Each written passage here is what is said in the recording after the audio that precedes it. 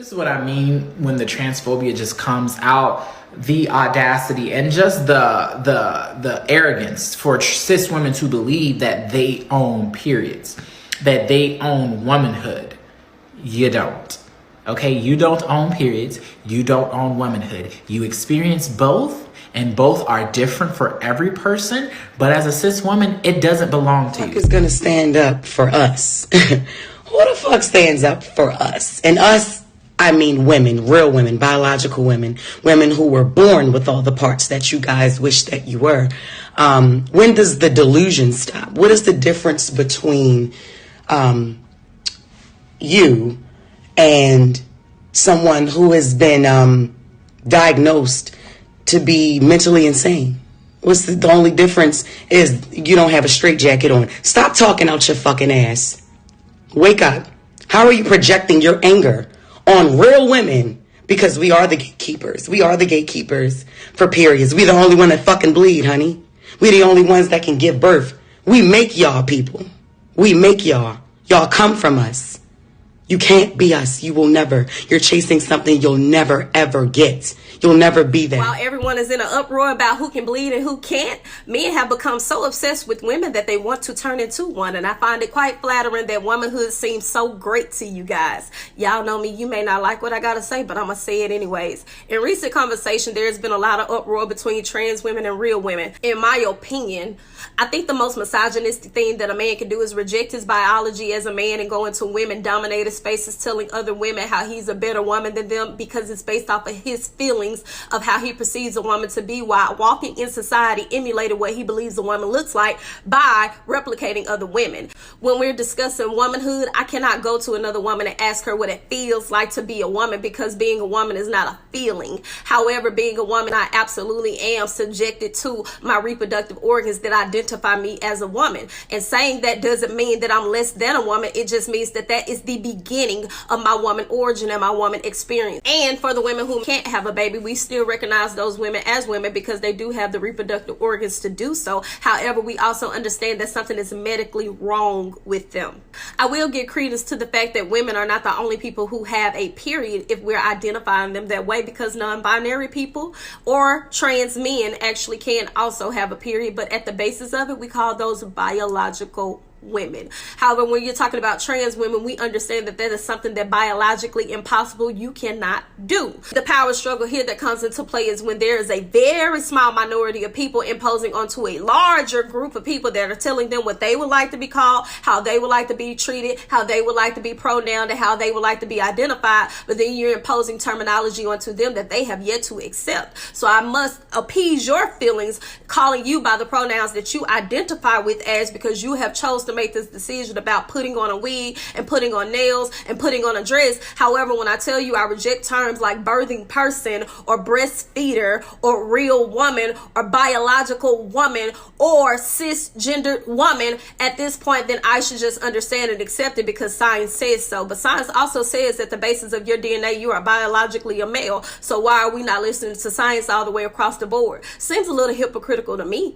And since everyone has such an issue with understanding Jess Hilarious, let me go ahead and put my cape on, because I think I could break it down for you a little bit more. It's very disingenuous for you to overshadow that woman's feelings in regards to her womanhood when she actually has given birth to a baby, which biologically that does make her a woman. However, you decided to discuss her looks and says that she looks like a trans person while you're also attempting to advocate for trans people. It's giving inherent transphobia.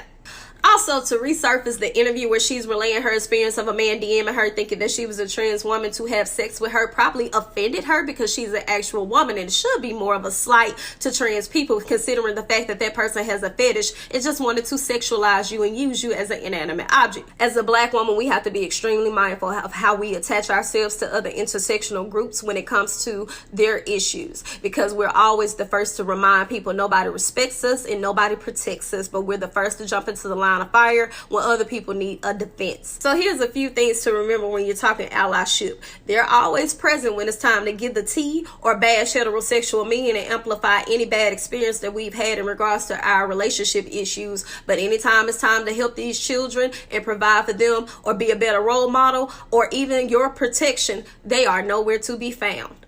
Not saying that there is an agenda, but I will say for a very small group of people who seem to not have any effect on anybody, when their issues come up in conversation, they're making a huge ruckus, and their representation comes at the basis of overshadowing other marginal. So I know y'all been seeing the controversy with Jess Hilarious.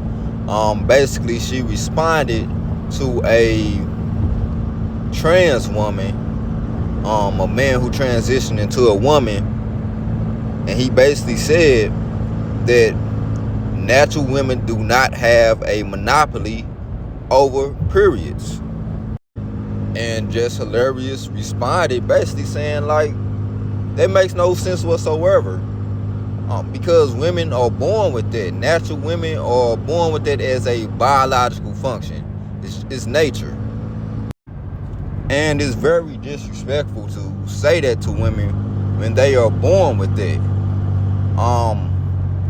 They know how it is to be a woman. It's not about how they feel, but they actually are living the life of being a woman.